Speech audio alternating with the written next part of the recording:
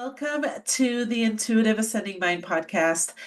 Today, I want to share with you some previous shows that we've had on the success frequency because there's so much good knowledge that's on that show.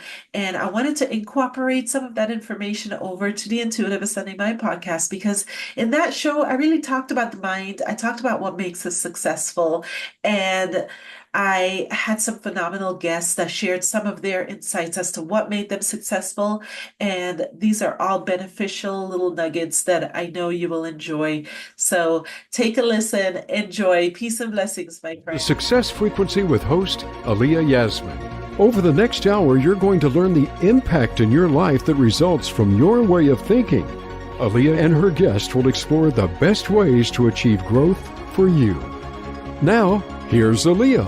Hi, everybody. Welcome to the Success Frequency. Joining me today on today's show is going to be Mauro Campagnaro. He is an experienced entrepreneur, a seasoned financial advisor, and a coach. He's also an author that's written a new book that's being released soon. Mauro, welcome to the show. How are you? I'm very good. Thank you very much, Alia, for inviting me. Oh, my pleasure. My pleasure. So tell us a little bit about what's going on in your world right now. Well, it's very busy. As you know, we just recently launched the Brian Tracy co-author book, and now I've got it up on my website for sale, and just working on the paperback copy as well. So that should be up for sale really quickly as well. So it's been a very, very, very busy and exciting period of time. That's great. That's great. How can people find the book if they're interested? They can just go to my website, which is Campagnaro Wealth, or the way you say it, which is campagnarowealth.ca. So CAMPAGNARO wealth.ca. So Mauro, tell us a little bit about your origin, your story. What got you to this point right now? How much time do you have? A lot. It's been a long journey, I guess. Let's start with the time period that I got into the world of employment, which is after university, and I worked for a few multinational companies that you're probably familiar with. I'm not going to name them here, but there's a lot of brands you may be very familiar with in the grocery space and retail. And I had I did about I want to say 15 years of that, roughly. And at some point in that journey, I decided that I had enough resources. I'd saved my money. I was very diligent about saving and investing my money. So I had enough to, venture out, and decided that I always had this desire to be an entrepreneur. Mm-hmm. And I just didn't know what space I was going to be an entrepreneur in, because I started my career basically investing in real estate. And the stock market. Just knowing what I knew at the time about the industry, I decided to venture out and build my own company in the consumer packaged goods space. So I was a distributor, and naively, when you're out trying to do your journey from being an employee to being an entrepreneur, it's like you're in the headlights, and you really have to embrace the new way of thinking as an entrepreneur, because it is a complete mind shift. And I know you talk about a lot of this stuff too, but it's a complete mind shift, a mindset that you need to embrace as an entrepreneur, because there's only one person that's accountable for everything, and it's basically you. And that journey was very good, because it really challenged me personally and financially to really understand what I had to do to overcome many challenges and obstacles that always got put in my way. And this is every entrepreneur's journey. I know this for a fact. There is no entrepreneur that does not have a challenge. And so you really learn a lot about yourself. Now, during that journey, I was just approaching critical mass, which is a point where you are at the point where, all of a sudden the profits start to show up and your company is now, an entity that can sustain itself, and you're not always constantly having to inject capital in some way, shape, or form. So we're about to hit critical mass, and my spouse at the time, she decided that she did not want to be part of the journey anymore. And at that point, I had the cards stacked a little bit too thin and a little bit too high. Yeah. And I mustered on for about 2 more years, but this is really important. And I it's funny, I listen to a lot of podcasts and things like that on the internet. And this one gentleman did talk about just having more and more conversations with more and more people, because you just don't know where the influence is going to come from. Yeah. So I had an IT person who coincidentally was the IT person for this other company. And he said, when I sit there with you guys talk the exact same language. It's like I should put you guys together because you guys might have some synergies. Well, lo and behold, at that point, I really needed someone to, help me out or at least buy my company from me, because I needed to kind of just move on from there. And it was just so interesting that you look at the universe and how it works, and we're sitting on the tarmac in the airport going to a trade show, a natural trade show in LA. Uh-huh. And we're sitting there for 2 hours, and I look across and I start chatting to this person. I didn't know who he was, and all of a sudden we get into the conversation and we connected the dots, and then we just started talking. And as we started talking over those 2 hours, we saw the synergies. We were obviously in the same space. We understood what we were doing. And he goes, look, when we get back, let's have a conversation. So we got back, we had a conversation. Fast forward, he purchased my company from me. Wow. Yeah, right? Yeah. So it was like, that's what I say, like the stars just aligned at the right time. And so never doubt the stars that are going to line up for you. So and from there on, he said, look, I'm going to buy your company for you, but I want you to come work for me. And I said, okay, no problem. He goes, I'm going to make you VP here so that you can, run the company, so to speak. Yeah. But, after a few conversations, he could really see, and I'm not boasting here, but there was a lot of intellectual capital that I had brought forward from all the multinational companies I worked for. And this is on the manufacturing side. His expertise was on the retail side. So, he was a distributor at the end of the day on the supplier side, but he didn't really understand all of the nuances, the little nuances that I knew just coming from where I came from. Yeah. Yeah. So those conversations happened, and I'd say probably 6 months to a year in, he goes, "Look, I'm giving you carte blanche here. I need you to fix this company."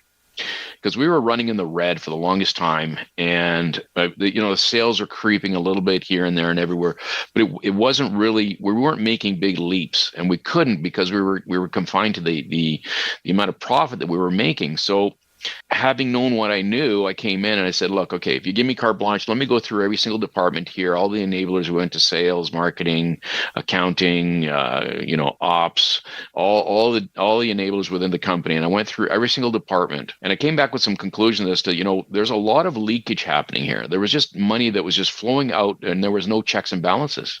Yeah. So, I will say we were kind of spending like drunken sailors, so to speak, for an old fashioned term. But at the end of the day, we needed to really lock that down and make sure that we were actually saving some money and being more prudent about how the approach to the finances were. And so, we started with just some simple things like processes and procedures that the standard operating procedures, and putting them in place and making sure that everybody is aligned with those procedures. And you know what happens when you make change, right? Everybody freaks out. Correct. So the one thing that people don't like is change. And so as we started changing things, you could see the tension building up, that people were wondering, who's the new guy in town and what's going on here. So we lost some people. We did lose some people. We had to move some people out because they were not going to be on board with the changes. So went back to the ownership and said, look, we need to readdress the HR piece of the puzzle here to make sure we're bringing in qualified people that are going to take us on this journey to the next level. And so, a simple conversation was, what if we just paid a little bit more? Let's use a professional headhunting outfit that can actually find us that talent. Because in my career, I've always done that. I was using a headhunter to go find employment, and they would, bring me to the employer. And so now I'm the employer, and they're bringing talent to me. And so by doing this, all of a sudden, we were able to acquire some really, really talented people. And through that, time, all of a sudden now our business started to change. When that starts to happen, all of a sudden, the culture is impacted. Well, how do we keep the culture intact? Well, I made sure that whatever I did, I tried as hard as I could to put all of the departments together so they all spoke together, because we can change one piece of the puzzle, but if that piece is not understood by why it's happening on the other department, then they're all still working in silos. And this is what I found, is they were all working in silos.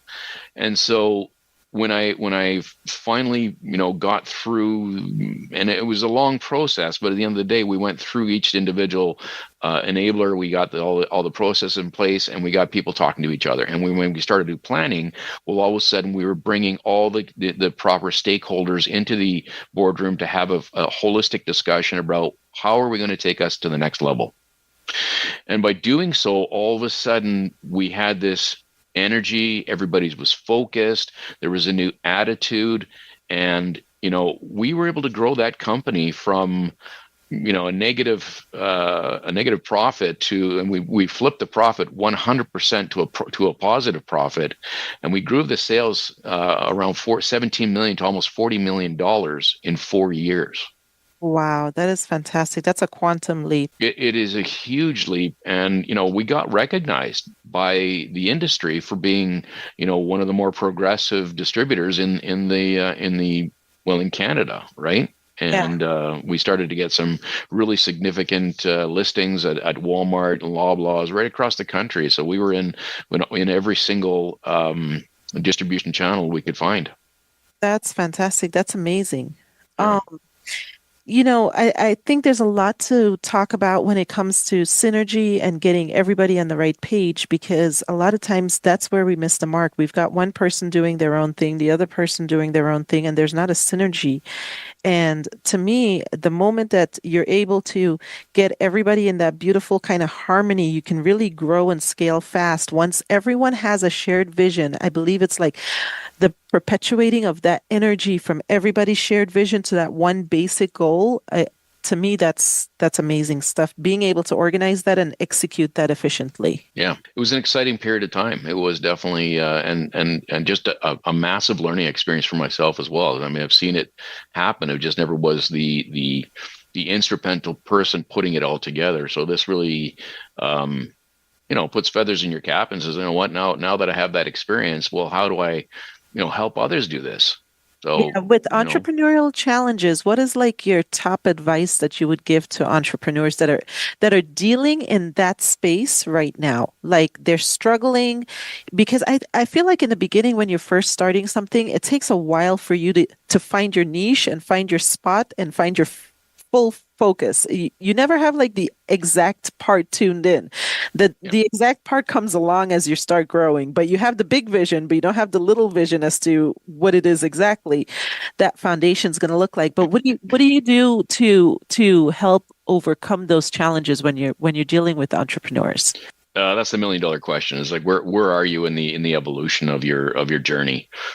If you're just starting off, at some point, this is the question I asked to Brian Tracy, actually, in my interview with him, was like, at some point, you're going to hit the ceiling of complexity. And there's actually a coach in Canada that actually talks about the ceiling of complexity, because you alone are going to burst at the seams. Basically, you're just going to be so busy, you can't even keep up.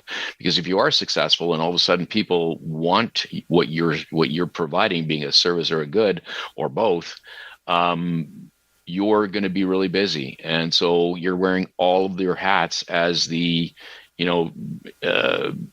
first person in your company. So my advice at that point, and my business is going through that evolution as well right now. I just started a whole new business here in the financial services space. And I've been doing financial services for nearly a decade, but at the end of the day, at this point in my evolution, I've decided rather than building a company from the ground up, I had the capacity to purchase. So I purchased a lot of clients, and so I've got a base of clients that I work with. So now, for me, I had the opportunity, because of the scale that I was at already, to hire an assistant. Yeah. And I've got a couple of people on the team as well now. So it's a scaling piece. It's at what point do you and are you capable of scaling? And when you get scaling, and I've already proven concept on this one too, for my company as well, when I hired my first assistant, I mean, she was so good that where our business, it doubled within a year of her getting onboarded. And I'm experiencing the same thing with my assistant right now, is that by downloading a lot of that administrative work that takes away from what I call IPAs, which is income producing activities. Yeah. If you're not focused on income producing activities, you're not focused on your business, because the only thing that's going to drive your business is the top line. Yes. So create the income first, and then everything else will take care of itself. So as long as you stay focused on income producing activities and allow the admin piece to move off your plate, all of a sudden you're going to realize that your business is going to balloon. It's going to grow. And then it's okay, where do we scale next? Well, now in the evolution of things, I always look at systems. Mm-hmm. Systems and processes, because if you're going to bring on teams of people, if you're going to bring on people on your team, where you're going to need to put systems and processes in place, right? And that's really how you scale. Yeah, Mauro, let's take a little break right now. And as soon as we get back, we're going to talk about systems and processes. I'm so excited for this conversation. Okay. Thank you so much. We're going to go to right now. Sounds good.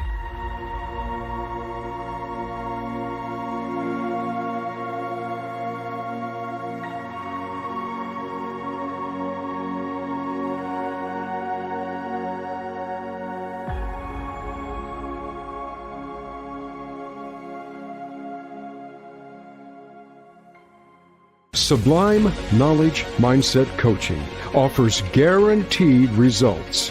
100% of clients reported seeing positive changes in their mindset after just one session. Clients learn to release negative thoughts, feelings, and emotions, improving their overall well-being. Create the life you've always envisioned for yourself. Shift your mindset after one session, or your money back, guaranteed.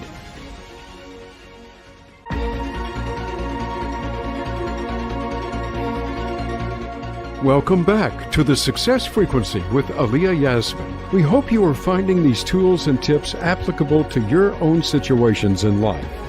Now, back to the show. Welcome back to the Success Frequency. I've got Mauro on the phone with me today, and we are talking about systems and processes. Mauro, you started to scratch the surface a little bit on this in the last segment. Let's talk a little bit more. What makes an effective system and process? It really depends on what your business is. So there's many different types of systems and processes out there that will be aligned with what you're selling. But at the end of the day, we're all selling something, right?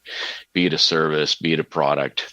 And there's, today with the internet, I'm old school. I'm not a young person. And so we never had the internet back in the day. And when I was a youngster, and now, the ability to actually even just lock onto something that you may not even have to pay for initially until you get actually up and running is there's so much opportunity in terms of getting those things up and running right away. So, you look at things like, do I have a CRM tool to manage my client base? That's really, when you really look at what's the assets of a company, well, the number one thing is who is your customer? Because with your customer, you really have nothing. So let's manage those customers in a proper CRM tool, right? Then as we start to look more finite into the business, well, if you do have an accounting department or you have an accounting software, well, do you have the right software? Do you have the right accountant? Not everybody's made the same, and so we need to. I always advise in my business is let's get the right advisors at the table for the right client, That's right? true. And so if I'm looking at legal counsel, I'm looking at accountants who are on my team, I'm going to have the right support. I want them to intimately understand what I'm bringing to the table for my clients, and they're going to help me just round up the holistic approach for my clients in my financial services business right now. If you're selling, a widget or some sort, and widget I use loosely as a term just because it's an economic term, but at the end of the day, that widget that you're selling there is going to be some sort of software or some sort of technology out there that's going to be able to control your business and be able to give you some some data and some information. So, but I always caution, if you don't put good data in, you're not going to get good data out. That's very true. Let me So ask you this question. Who is your ideal client? for my financial services business right now, the ideal client for my financial services business is a successful, savvy entrepreneur right now is the ideal client for me. I've gotten a lot of education through, obviously, my own entrepreneurial journeys, but then I've also educated myself a lot more in terms of a lot of more sophisticated and advanced planning strategies. So when I sit with an entrepreneur, I come with a different approach and a different angle in terms of I resonate and understand with the entrepreneur's journey. It really doesn't matter what industry or what sector you're in. I understand your trials and tribulations already. So can I give advice? 100% I can give advice on the internal workings of the company if you want to hire me for that kind of role.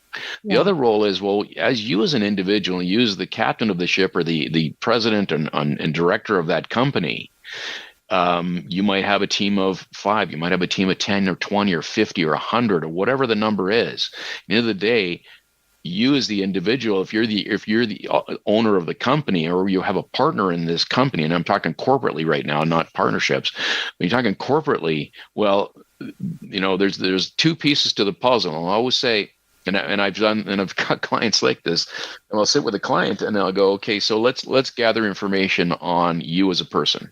Mm-hmm. So I start gathering the information, and I call it their financial statement, right?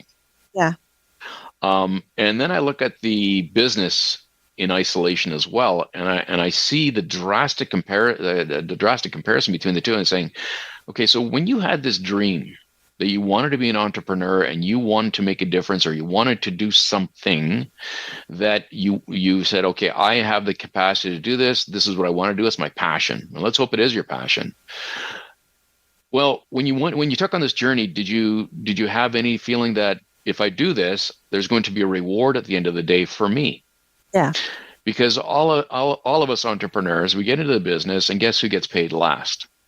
Entrepreneurs do. I mean, you're investing, and like you said earlier, like a drunk sailor. You're spending. You're spending, and you're out there. So you're and you need these folks on your team. So in order to keep them employed, you have to pay them.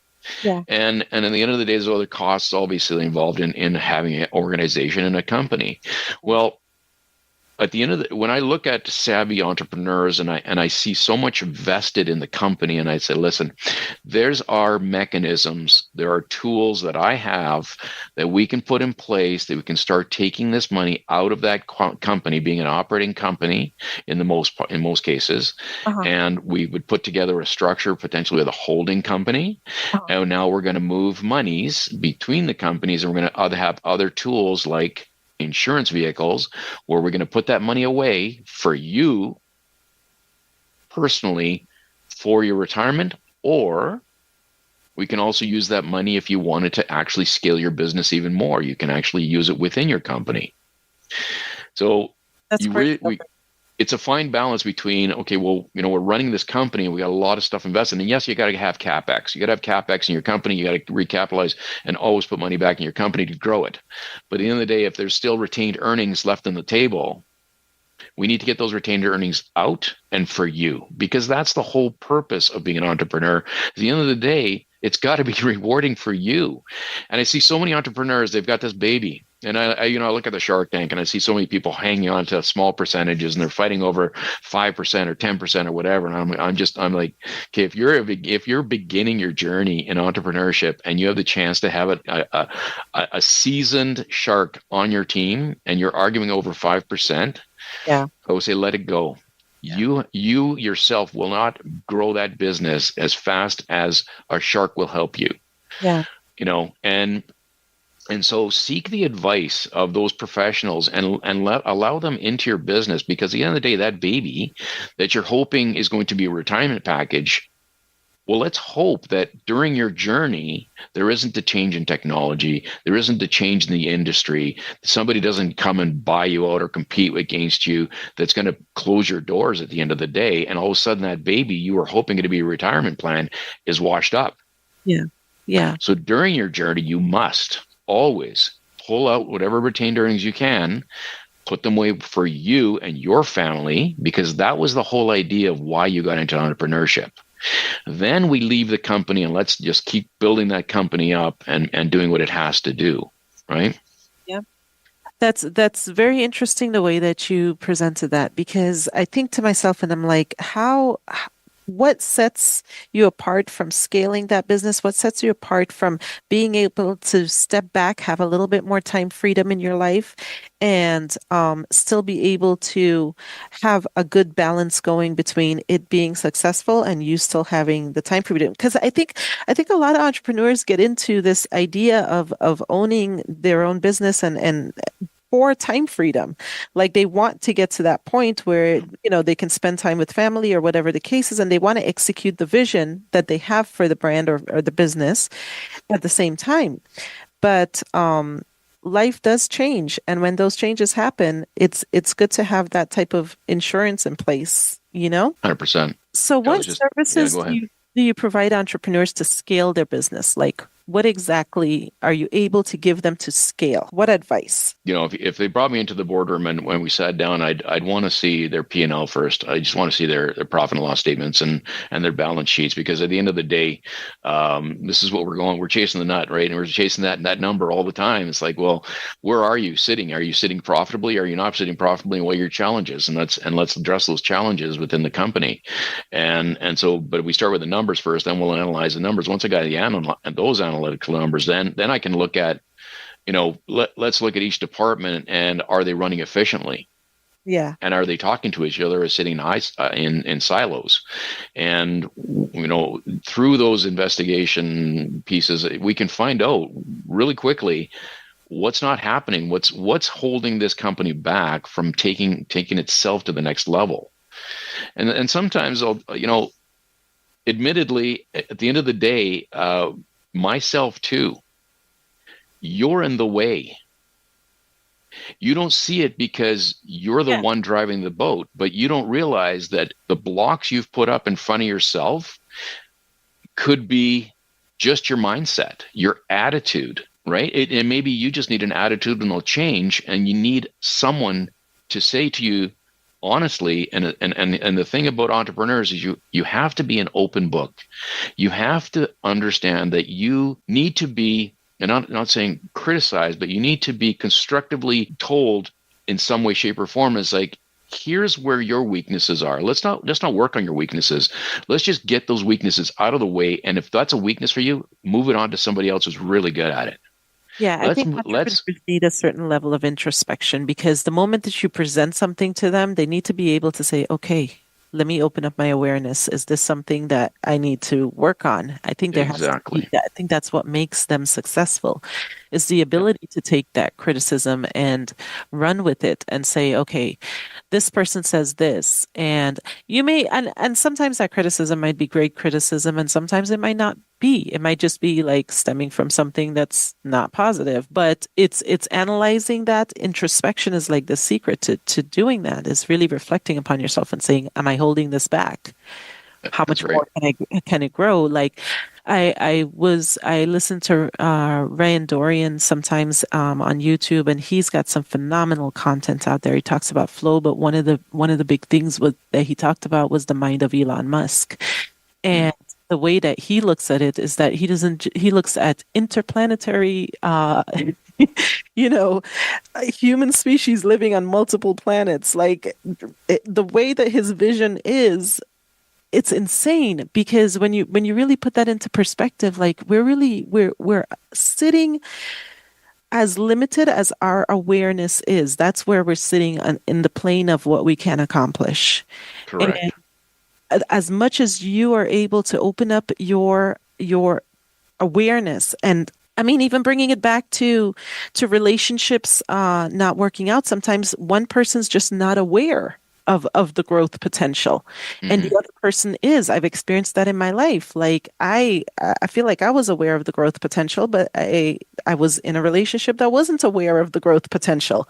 Correct. And Yeah. for that reason, you find people, they just kind of split and they go in different directions. But I also think that sometimes those people come in for a purpose and then they leave, at a certain point.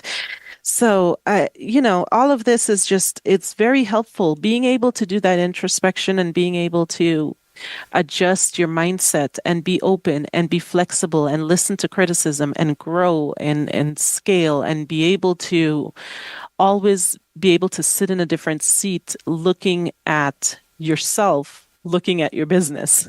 Hmm. Yeah, and I know this is your strength, so I'm glad you articulated very well on that because that's 100% true. And at the end of the day, we the mindset of when you go through life, and I don't know if it's a fact of, if you just get older and you realize, wow, all that stuff that I did or those challenges that I thought were just, why me?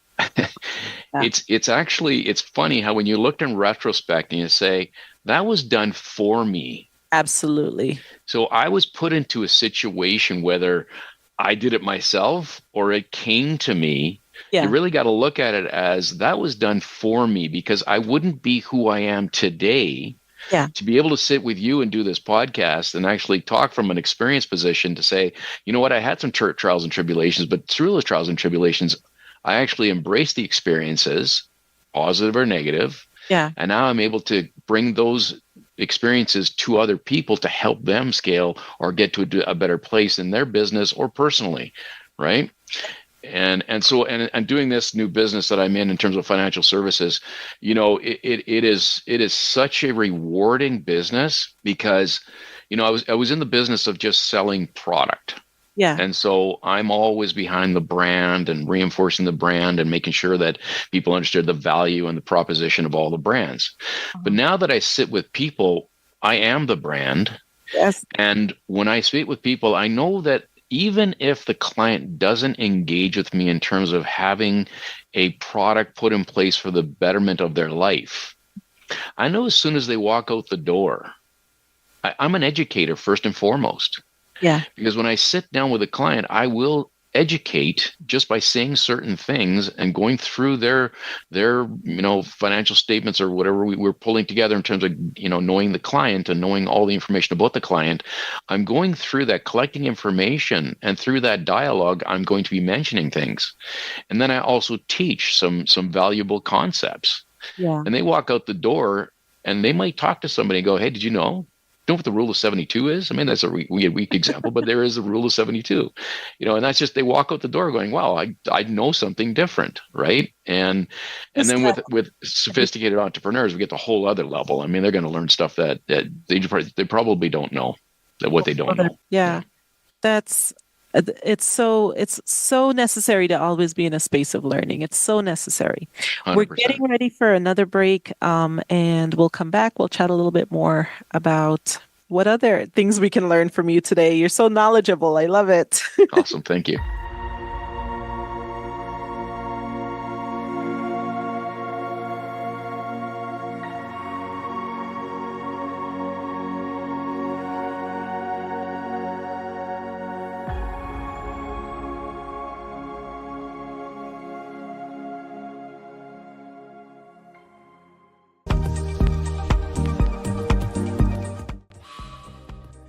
I will power here.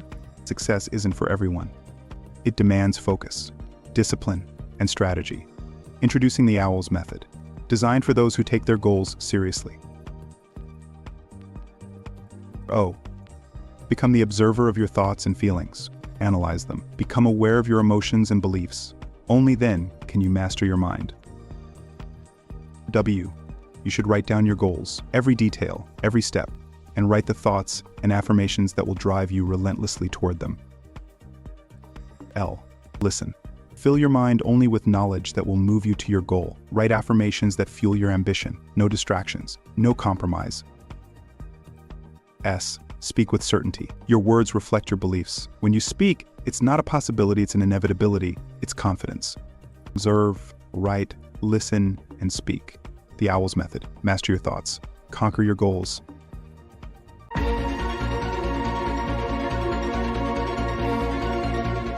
Welcome back to the Success Frequency with Alia Yasmin. We hope you are finding these tools and tips applicable to your own situations in life. Now, back to the show. Welcome back to the Success Frequency. I'm here chatting with Mauro. Mauro has accomplished a lot. He's an experienced financial planner, sharing some of his wisdom, his ups, his downs, his advice to young entrepreneurs. And I want to know what your coaching space looks like, Mauro. Share with us a little bit about what your coaching space. How do you guide them? What do you do? What's the most important thing to you? Oh, coaching.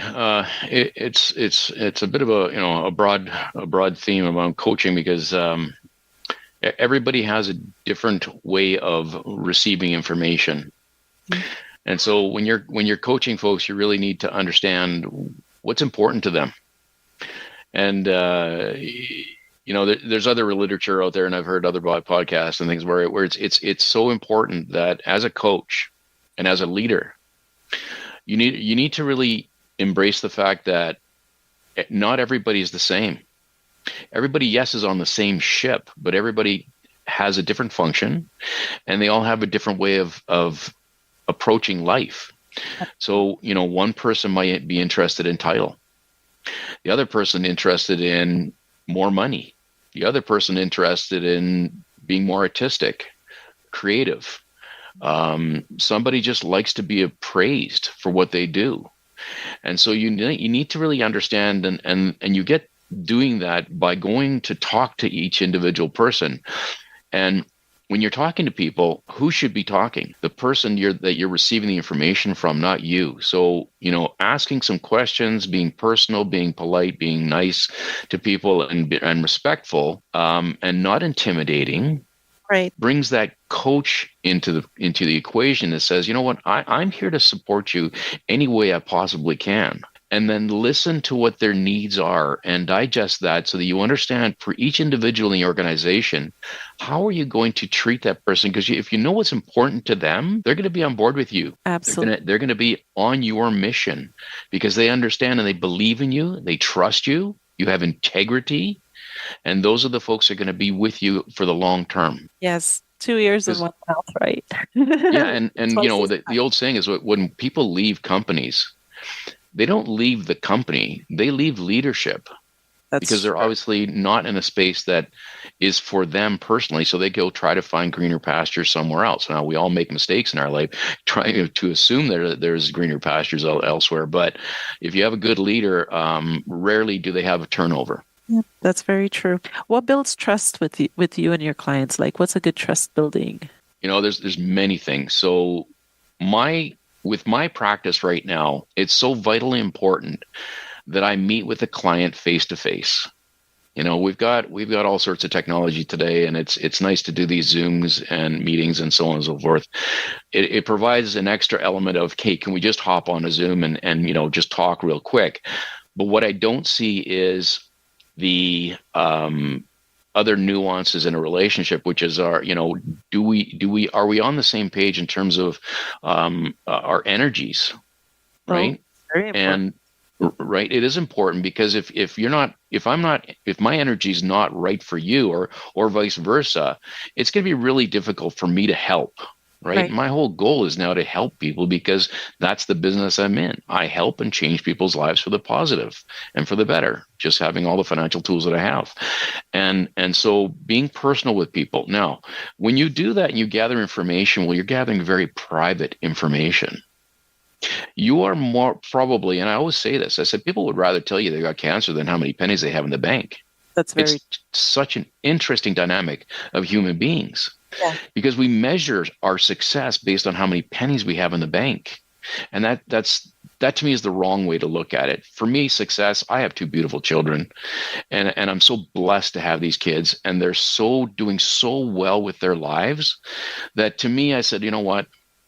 Was I the perfect dad? No, nobody's the perfect parent. It is the hardest role you'll ever take on. But my success is the fact that I've got two independent children who are doing successful things for their own selves, and they're following their heart and their passion. So as long as your gut and your heart are aligned, you're golden in your life, and you keep doing that. I think a lot of parents don't realize the importance of setting your child's mindset up. Like 100%. get Yep. that child to be able to think Crucial. for themselves. Like that's the most important thing you can teach your child is mindset. Hey, there's nothing else that's more valuable to them. If they have the ability to be resilient and bounce back through any type of situation, they're going to encounter a ton of downfall and a ton of mistakes and a ton of everything. That's just a part of growing. But the faster that they have that bounce back mechanism built within their mindset, then that's the determining factor as to who thrives and who survives. 100%. Yeah. And Some don't even survive; they barely survive. Yeah, I had an uncle actually in Italy who's actually in the medical space, and he told me and ingrained in me one time. He says, "Look, if you have children," he says, "the first 10 years are the most important and formative years Absolutely. of who they will be in their teenage life, and then beyond that." So he said, you need to make sure that the most attention you pay with your children. And you can never give enough love, by the way, to your children. You can never give enough love. They are just a flower absorbing it all. So anything that negative that comes out to you, don't forget the negativity will now make that flower collapse. Yep. So the more love you give to your child, and especially in the formative years, because they're always attached to you, that is so important. Once they're 10 years old, and he said that the mind is now mature, and now it's mature enough to start embracing all those, technical jargon and all those complicated formulas and things like that they start to experience in high school, that they're starting to get into advanced education. Yeah. And I always embraced that when my uncle told me that, and then I had my children. I tried to do as best I could to do that, to reinforce that in them. That's a testament. The fact that they can demonstrate that, in life, I think that's where the testament is, because developing mindset at a young age will wire them correctly. I never had that. I never had somebody helping me with mindset development at a young age. And if I could be able to give that level of advice to parents out there, is start young. Start as early as possible, and teach them resilience, and teach them it's okay to fail, and teach them you just continue, keep pushing forward with effort. And you hit right what I was going to say, which was, I'm not excluding the fact that you need to discipline your children, because obviously they don't know right from wrong, and you're teaching them these principles. And there's Gary Vee. I watch Gary Vee sometimes, and it's so funny. He says, "Look, let's stop with the trophies. Kids need to learn how to lose." And you know what happens when kids lose? They learn how to overcome those challenges, and they go, okay, let's not do that again.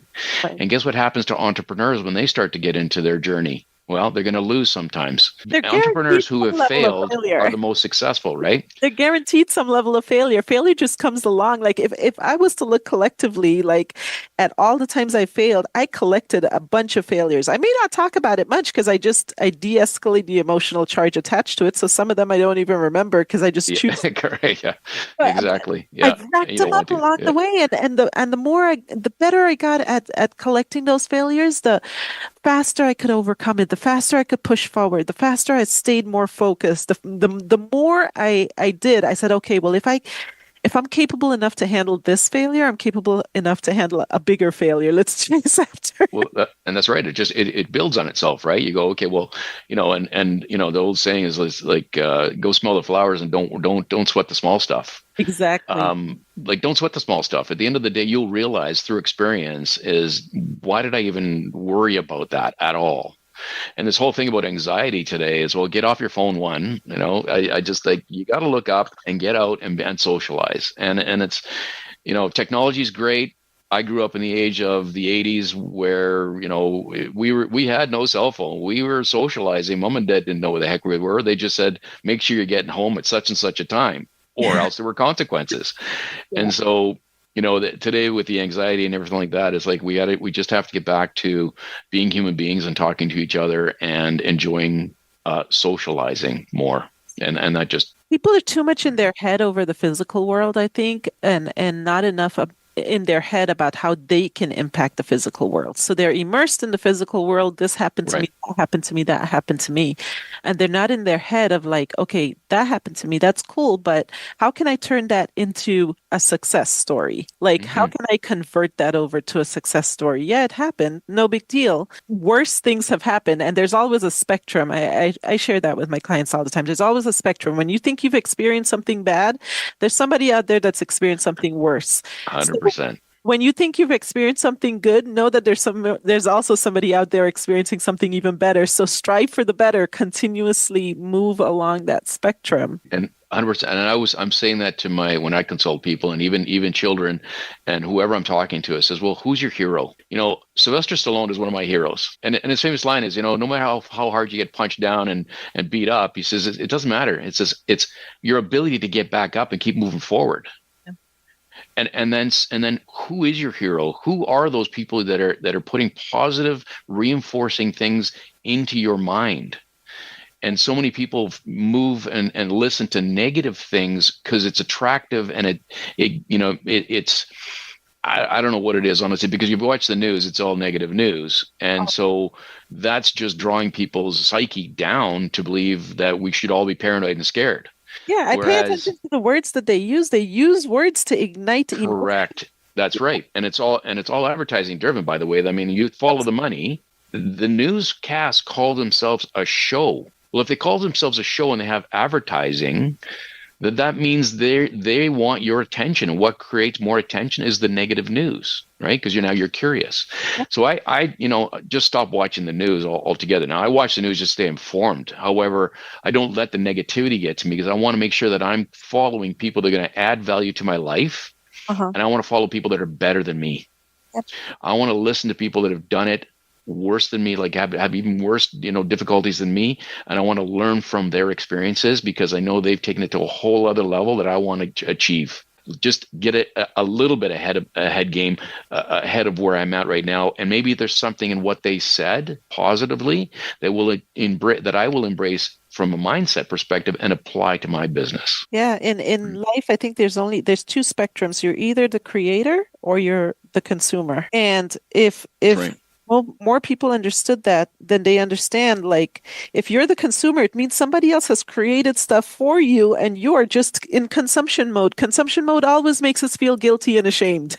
That's It never is. If we're sitting there and we're scrolling through Instagram and 2 hours of our life is gone through scrolling Instagram, like, guilty, you're going to feel shame because you've done nothing with those 2 hours. correct. If you were in creative mode, all of a sudden you have a ton of energy because you're like, oh my gosh, I did this, I did this, I did this, I did this. And it's like such a good feeling that resonates through you.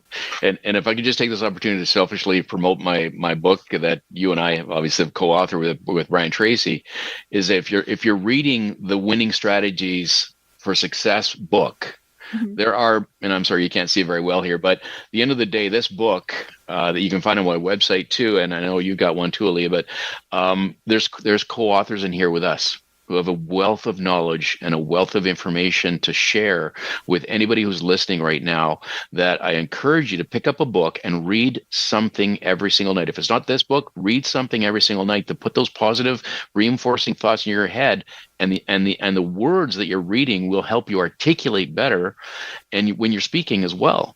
Yeah. And let's get back to basics, which is basically read a chapter a night. It really doesn't take a lot, but let's read a chapter a night rather than consuming the social media stuff that really is not adding value to our lives, unless you're watching something is your hero. Something to help you grow and expand. What I love about those books, including yours and mine, and just the series that Brian's done, those books bring different experts in their area of expertise. So you're able to pivot from one state of mind into another state of mind, into another state of mind, and it's all collectively in one book. To me, there's a lot of power in that, and I love It's the huge. concept behind it, because so many things that somebody else is going to bring to the table, you'll be able to shift just a little bit. You shift. It's an opening up awareness book. The way that I see the series of books is that they're all open up your awareness to different areas of your business, different areas of success, different areas, different strategies, different ways to win. And better we get at that, the more fantastic it is. Share with our listeners, how can they reach you?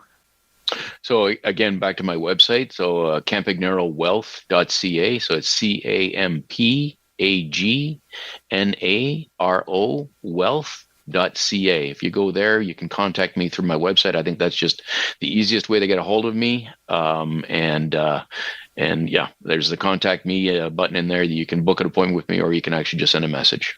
That's wonderful. Everybody, Sublime Knowledge has our retreat coming up in July. It is going to be a phenomenal retreat where we're addressing emotional intelligence. We're addressing duality and how to think, how to catch those thoughts before they run wild.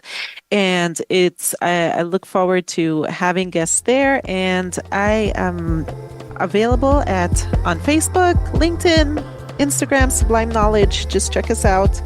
And thank you so much, Mauro, for being on the show. It was a fantastic show. I appreciate everything you brought to the table today. And thank you, Alia. I really appreciate you, and I appreciate this opportunity. Thank you.